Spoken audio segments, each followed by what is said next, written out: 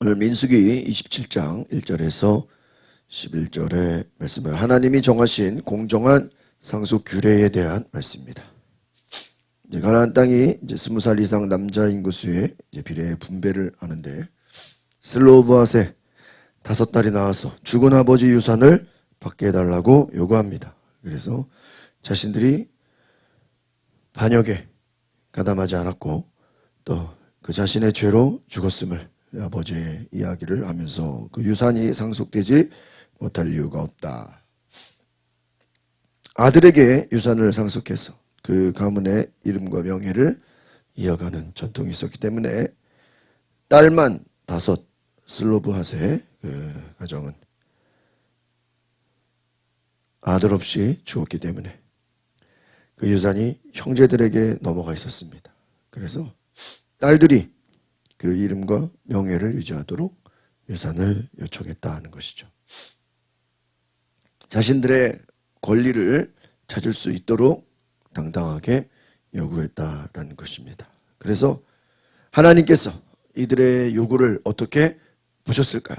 이 딸들의 슬로브앗 딸들의 요구가 정당하다 인정해 주셔서 모세로 하여금 그 아버지의 유산을 상속받게 해주라. 아들이 없어 죽은 경우에 딸이 상속받을 수 있는 새로운 규례를 추가해 주셨다. 한번 따라합시다. 새로운 규정, 새로운 규례를 말씀해 주셨다는 거예요.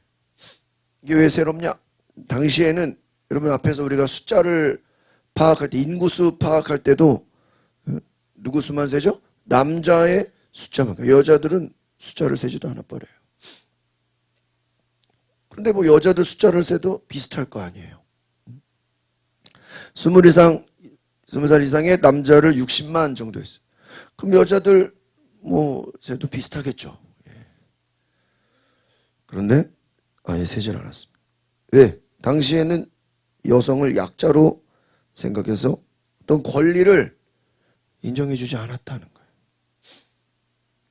그런데 오늘 하나님께서 딸들에게도 권리를 준다. 딸이 없으면 형제가, 형제가 없으면 친척이. 어떻게 보면 뭐 당연한 것이죠.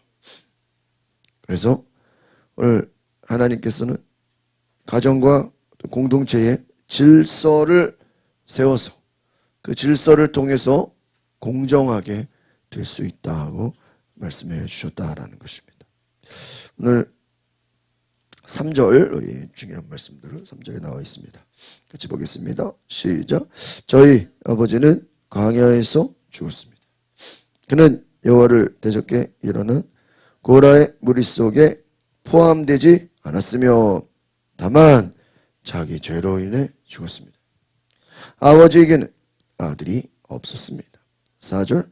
아버지에게 아들이 없었다고 해서 왜 저희 아버지의 이름이 그 가족에서 빠져야 합니까? 저희 아버지의 형제들 가운데서 저희에게 재산을 주십시오. 이렇게 나와 있습니다. 어쨌든 오늘 내용은 결국은 이 슬로브앗의 딸들이 모세와 엘르아살 제사장 앞에 나와서 자신들의 아버지가 아들이 없이 죽었으니 그 이름이 이스라엘 지파에서 사라지지 않도록 기업을 주십시오라고 요청했다는 것이죠.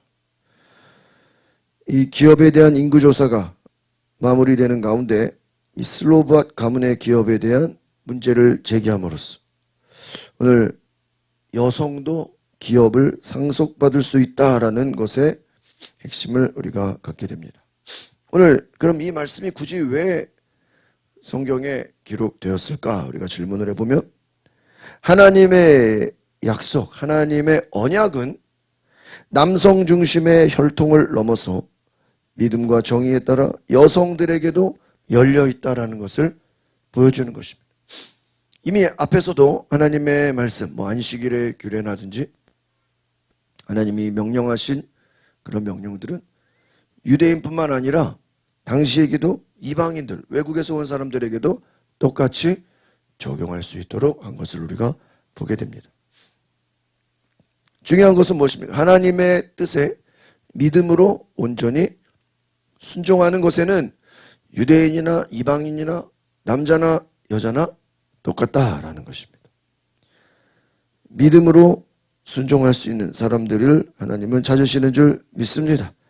그래서 오늘 여기서 중요한 것은 2절의 말씀입니다. 2절 한번 읽어보겠습니다. 시작. 그들이 회막 입구에서 모세와 제사장 엘르아살과 지도자들은 온 회중 앞에 서서 말했습니다.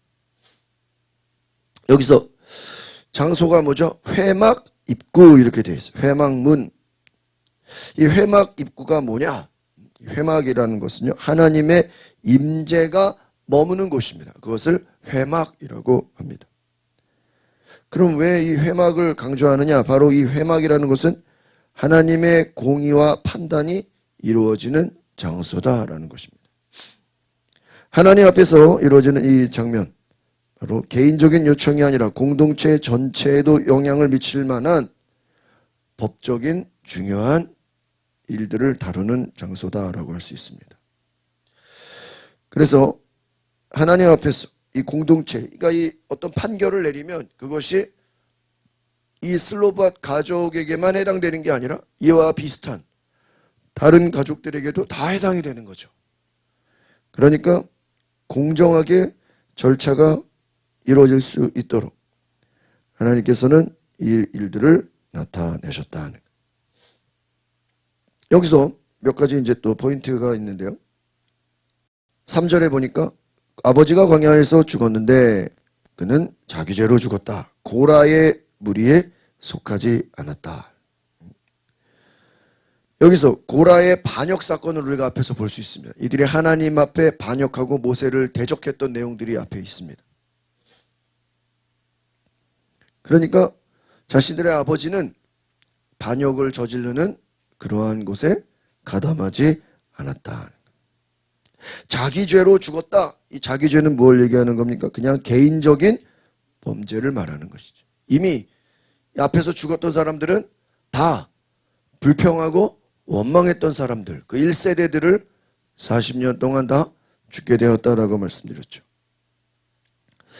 이들이 고라의 무리에 속하지 않았다라고 한 것은 바로 나름대로는 자신들이 충분히 이것을 받을 수 있는 자격이 된다라고 말씀하는 것입니다.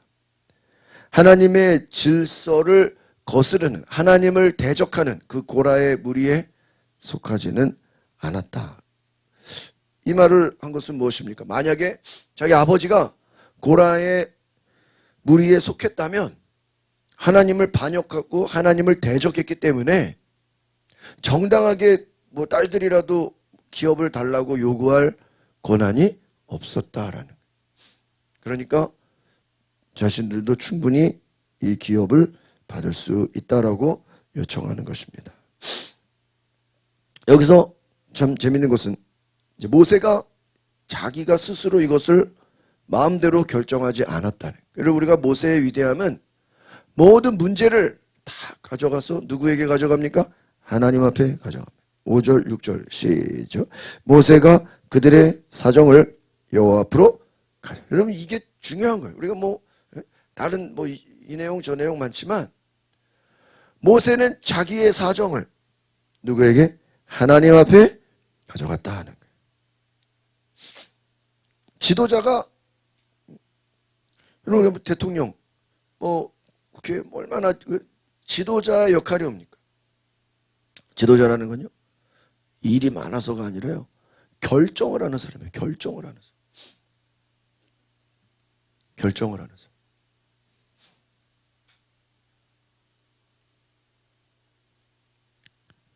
결정한다는 게 뭡니까? 또한 그 책임을 져야 되는 거예요. 그 결정. 그런데 모세는 모든 결정을 자기가 스스로 내리지 않았다. 이게 위대한 거예요. 아, 자기가 좀 스스로 내려야 되는 거 아닙니까?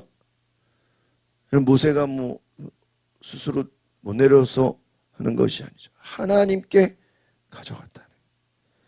한번 따라해 보겠습니다. 지도자의 권위는 자신의 뜻이 아니라 하나님의 뜻에 맡겨야 된다. 누구의 뜻에 맡겨요? 하나님. 그러니까 모세가 위대한 점은 자신의 뜻대로 백성을 통치하지 않고 모든 것을 하나님께 어떻게 물어봤다. 하나님께 물어봤다. 하나님 앞으로 가져갔다. 그래서 모세의 지도력은 자기가 어떤 힘을 앞세우거나 명예를 앞세우거나 자신의 또한 이익을 향해서 나아간 것이 아니라 오직 하나님의 뜻에 하나님의 말씀에 근거해서 들으려고 했다는 거예요. 그래서 6절 하나님께서 모세에게 말씀하셨다. 7절 보겠습니다. 시작. 슬로바스의 딸들이 말하는 것이 옳다. 너는 그들의 아버지 형제들 가운데서 그들에게 유산을 반드시 주어라. 그들 아버지의 유산을 그들에게 넘겨주어라. 하나님이 말씀하셨다라는 것입니다. 여러분, 모세는 하나님 앞으로 자기의 문제를 가져갑니다. 그러면 하나님은 모세에게 말씀해 주십니다. 편해 보이고 너무나도 기본적으로 보이는데 이 기본이 중요한 것입니다. 오늘 우리의 사정을 하나님께 가져가면 하나님은 모세에게 말씀해 주듯이 오늘 저와 여러분에게 말씀해 주실 줄 믿습니다. 그 말씀은 우리에게 감동을 주신다는 거예요. 이스라엘 백성들에게 말해라. 8절에 어떤 사람이 아들이 없이 죽으면 그 유산을 딸들에게 넘겨라. 새로운 규례를 만드는 것입니다. 하나님께서는 7절에 그 딸들이 말하는 것이 옳다. 여기서 하나님이 옳다고 하신다라는 것은요, 진실하고 정당하다. 한번 따라합시다. 진실하고 정당하다. 여성들도 얼마든지 법적인 권리가 있다. 여러분, 이것이 아주 엄청난 파격적인 거예요. 엄청나게 파격적인 거예요. 하나님의 공의가 여성들도 똑같이 권리를 가질 수 있다라는 그러한 인정을 받게 되는 것입니다. 그래서 오늘 이 말씀을 통해서 당시 고대 구약시대의 이 모든 문화가 여성도 법적인 상속자가 되는 것이 드물었지만 이제 하나님의 법 안에서 모든 것을 초월하게 되는 개혁이 일어나게 되는 것입니다. 그래서 여러분, 하나님의 말씀은 공동체의 질서와 또 소외된 이들을 보호하며 하나님의 공의가 세워지게 되는 줄 믿습니다.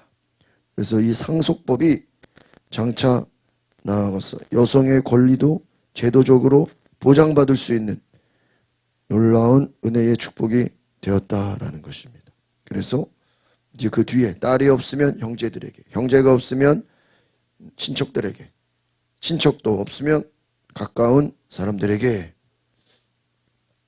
11절 마지막에 보니까요, 여호와가 모세에게 명하신 대로 이스라엘 백성들에게 판결의 율례가 되게 하여라.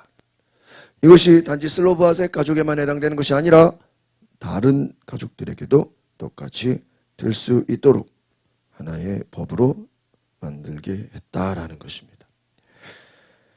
하나님의 법이 인간들의 사회와 공동체의 질서와 책임과 정의로 실현될 수 있도록 오늘 하나님께서는 모세에게 규정해 주셨다라는 거죠. 오늘 어떻게 보면은 너무나 당연해 보이고 참 그럴듯한 것처럼 보이지만 오늘 사람의 뜻이 아니라 하나님의 뜻이 되어질 수 있도록 우리의 모든 과정을 하나님께 가져갔을 때 하나님께서 이것을 책임져 주시고 공동체의 질서와 공의를 통해서 하나님의 놀라운 은혜가 전달되게 된 줄 믿습니다. 오늘 저 여러분의 삶의 모든 문제를 다 하나님께 갖고 갈 때 하나님께서 말씀해 주시는 하나님이 우리에게 응답하시는, 하나님이 말씀해 주시는 놀라운 은혜가 있기를 소망합니다. 여러분의 문제를 하나님께 맡기십시오. 하나님께 가져가면 주님이 말씀해 주십니다. 기도하겠습니다. 거룩하신 주님, 오늘 모세는 자신의 사정을, 모든 문제를 하나님 앞에 가져가서 하나님께 물어봤습니다. 하나님의 응답을 구했습니다. 자기 뜻대로, 자기 생각대로, 사람들의 말에 이끌려서 흔들리지 않고 오직 주의 음성을 들었습니다. 오늘 우리에게도 하나님의 음성을 들을 수 있는 놀라운 은혜를 부어 주옵소서. 그래서 하나님이 말씀하시는 그 말씀을 따라 순종할 수 있는 은혜를 주옵소서. 예수 그리스도의 이름으로 기도하옵나이다.